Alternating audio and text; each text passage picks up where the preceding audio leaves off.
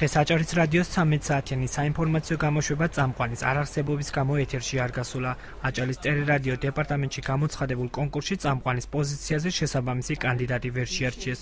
რადიოს საინფორმაციო სამსახურის პროდიუსერი აცხადებს, რომ წამყვანის სამ პოზიციაზე ისევ ვაკანსიაა. აჭარის რადიოს საინფორმაციო სამსახურის რამდენიმე თვიანი ნაყოფიერი მუშაობა დღეს შეჩერებულია. საინფორმაციო სამსახურში დღეს დარჩა მხოლოდ 2 პროდიუსერი და 3 ვაკანტური ადგილი წამყვან კორესპონდენტის. 13 საათზე საინფორმაციო გამოშვება ჩავარდა, 14 საათზე მოვიდა უკვე ტელერეპორტიორი, რომელმაც მიიღო მონაწილეობა კონკურსში და გადავიდა ტელევიზიაში.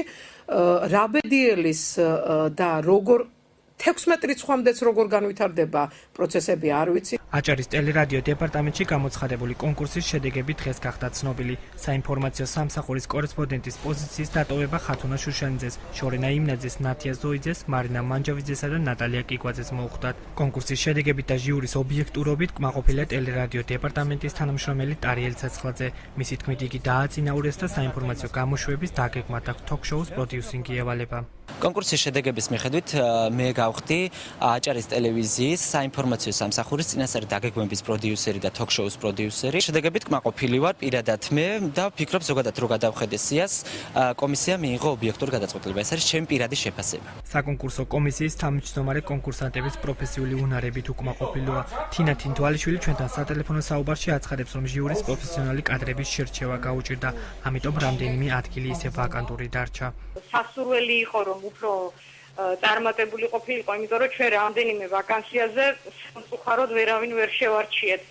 ეს გამოწეული იყო იმით, რომ ვერ დააკმაყოფილეს ის მოთხოვნები, რაც ჩამოყალიბებული ჰქონდა და ამიტომ რამდენიმე ვაკანსია დარჩა. ჩვენ ვფიქრობთ, რომ შევარჩიეთ ადამიანები, რომელთაც აქვთ უნარები ჟურნალისტიკაში ძალიან კარგი, უბრალოდ საჭიროა მათი კარგად გამოყენება.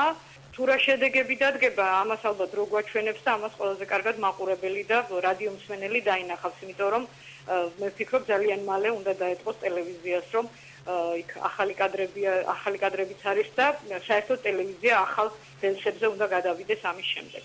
ტელერადიო დეპარტამენტის დირექტორი სოსო სტურო არ გამორიცხავს იმ ჟურნალისტების სხვა პოზიციაზე გადანაწილებას, რომლებაც საკონკურსო პირობები ვერ დააკმაყოფილეს.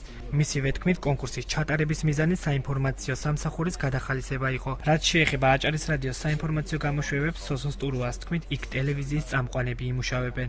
ასევე ტელევიზიის ჟურნალისტები მოამზადებენ ახალ ამბებს რადიოსთვის.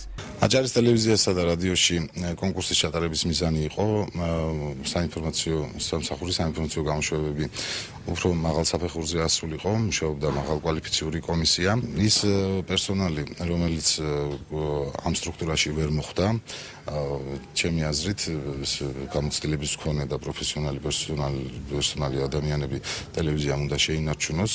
აჭარის ტელევიზია და აჭარის რადიო არის ერთი ორგანიზმი და ესეთი ფაქტი იცით საქართველოში არის რამდენიმე რო ტელევიზია და რადიო ერთად მუშაობს და ესე იგი იქაური მაგალითად იქაური გადაცემის წამყვანი იქნება თუ რეპორტიორი გრაფიკის მიხედვით ერთ დღეს ტელევიზიაში მუშაობს, მეორე დღეს რადიოში. აჭარის ტელერადიო დეპარტამენტის ჟურნალისტებს შედეგების გასაჩივრების უფლება 2 დღის განმავლობაში ექნებათ.